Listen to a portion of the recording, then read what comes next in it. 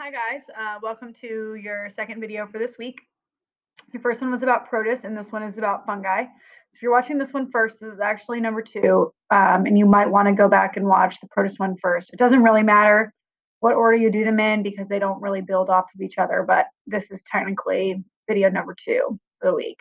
Okay, so for fungi, we're going to keep it pretty simple. Fungi are really, pretty complex organisms, but for the good of our class and even if you took like AP Bio or another like intro level biology class in the future in college, it doesn't really cover fungi a whole bunch.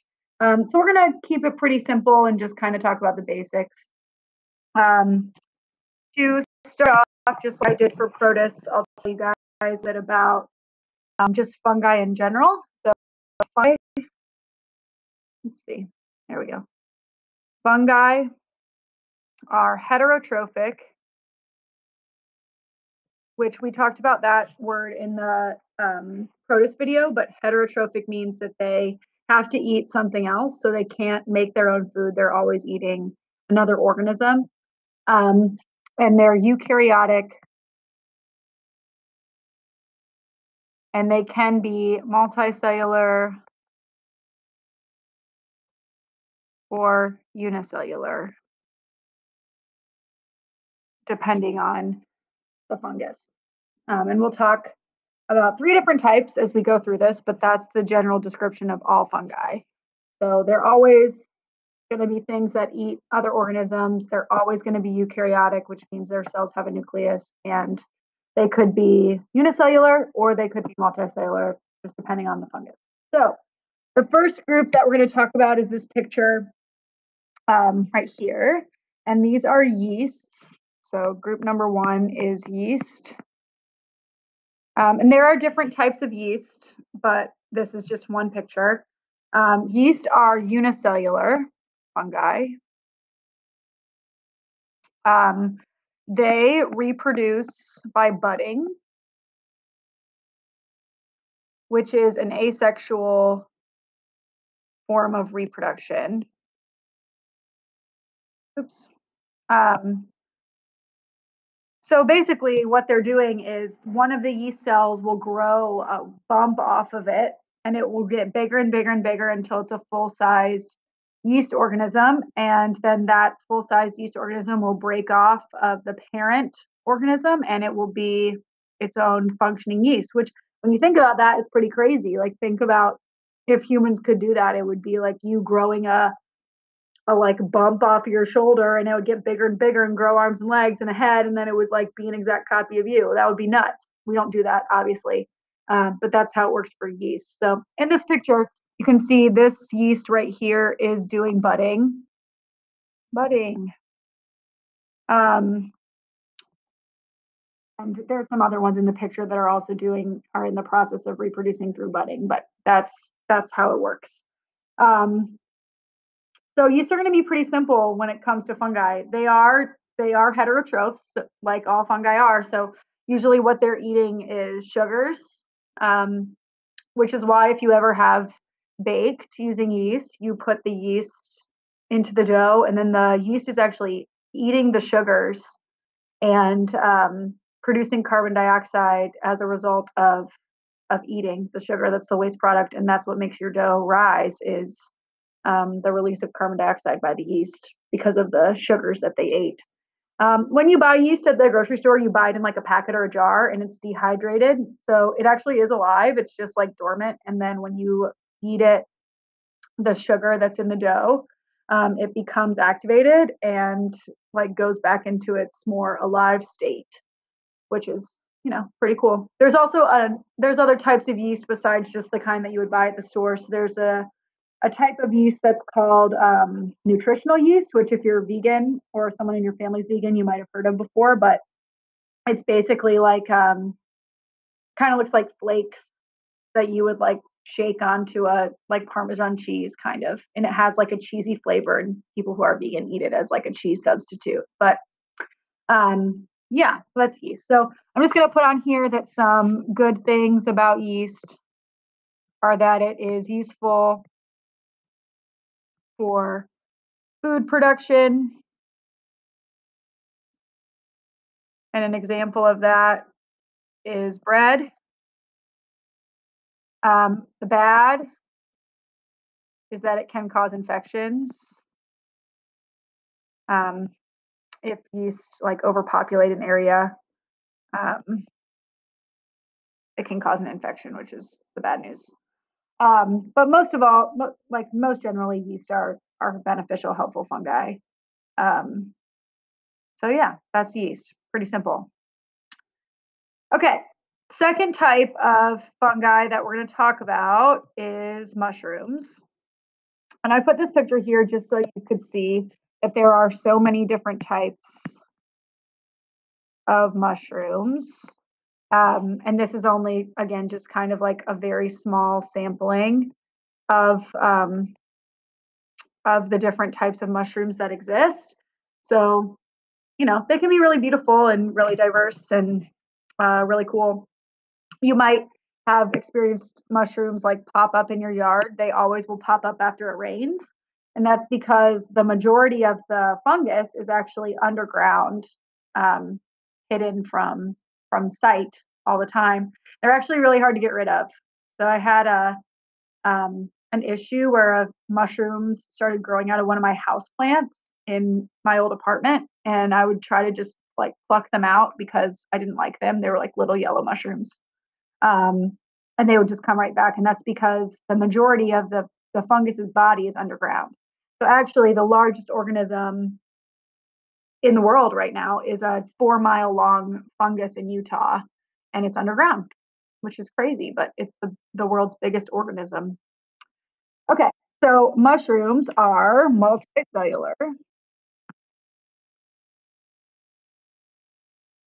And they reproduce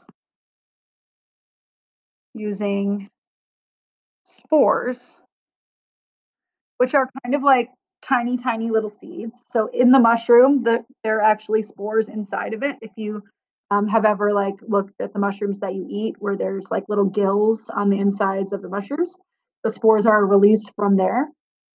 And they're like little seeds, but they don't have any like protective covering or anything like that. They're really small, microscopic reproductive cells. And so if they use spores, that is sexual reproduction. But they also can also spread underground. And if they do that, that's asexual. Just spreading and spreading and spreading underground. So, just a little bit about the structure of the mushroom. I mentioned this a minute ago, that most of the body of the mushroom is actually underground. So I'm going to draw in here the ground, and then I'm going to draw a mushroom that's grown out of the ground, and it's just going to be an umbrella shaped boring mushroom. And let's see, so then I'll fill it in. So underground is the majority of it. So I'm going to make it like really spread a lot underground, and we'll label this structure in a second. And then the same structure that's underground actually makes up the structure of the mushroom on the inside. Okay, so these lines that I've just drawn are called hyphae. I'll label them. This is hyphae, and this is used to absorb nutrients / water. So mushrooms, obviously, and fungi in general, they don't have like a mouth. They're heterotrophic, but they don't have like a way to eat except by absorbing nutrients. And this is what they use to do that. So these hyphae that are underground, they don't have roots. They have hyphae instead. And it will actually like suck up nutrients from the soil. So a lot of times fungi are eating dead things like dead leaves, dead animals, They're decomposers, which is a really important role for the environment. So otherwise, dead stuff would just build up, and that would obviously be really bad. Um, and then this whole underground, all the hyphae that's underground, is called mycelium. I think that's right. And that is all hyphae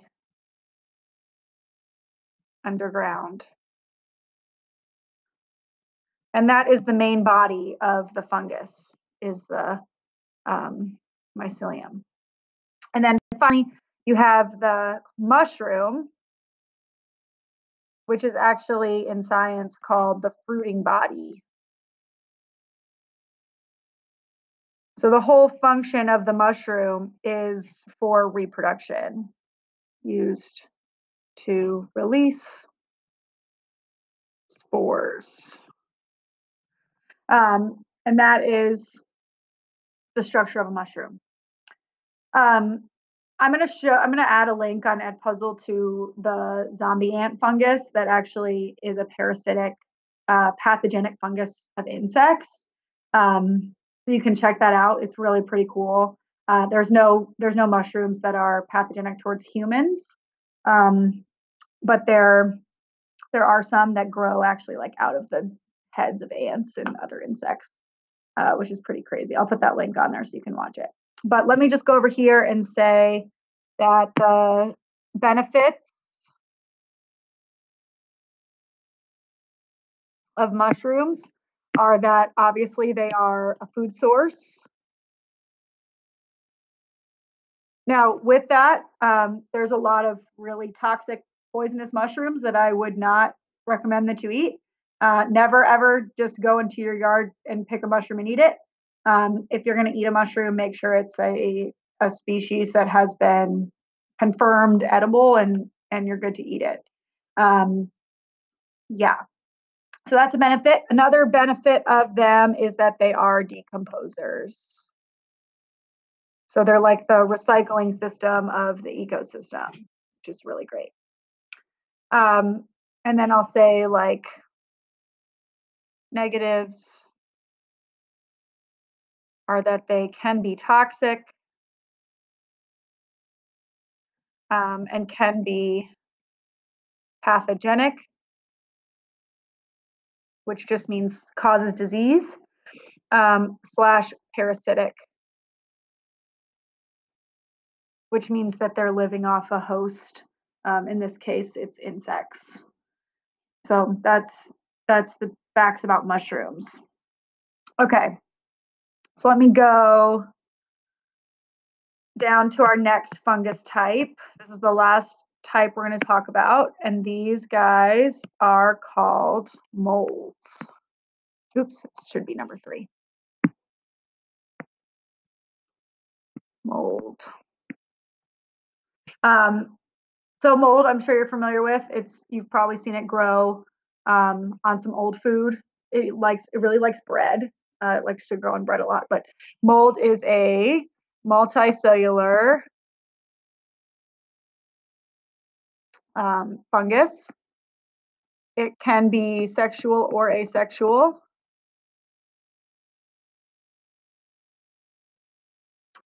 And one example of mold that I'm going to tell you about is penicillin. That'll be the beneficial. Penicillin. Penicillin might sound familiar to you because it's an antibiotic, which means it kills bacteria.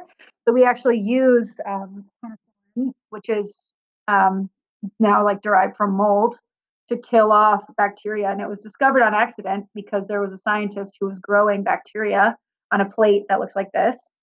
And some mold accidentally like got onto the plate and started growing, and they realized that the bacteria wouldn't grow if the mold was growing. So the mold was actually killing off the bacteria that was growing there, which is what you want if you have a bacterial infection. So penicillin is really good for us. So I'll say penicillin is an antibiotic. Mold. Some of you guys might be allergic to penicillin, which now maybe will make sense to you since it is a mold. And then the negatives for us is that some molds do cause disease. So I'll say can cause respiratory illness, which you guys might have heard of. The most like scary one that people will talk about is black mold. And that's because it grows in these like black spots. But if it grows in your house, you have to get it like super cleaned because it can be really toxic for your respiratory system. Okay, so those are the three types of fungi that we're going to focus on for this class. We got our yeast, our mushrooms, and our molds. And there are more. The fungus kingdom is super, super diverse, but those are like breaking it down into kind of the simplest terms, what they are. So we'll stop there for today. I hope you guys are doing great, staying healthy, not getting too bored. If you have any questions, let me know. I'm here for you. I miss you, and I'll see you soon. Bye.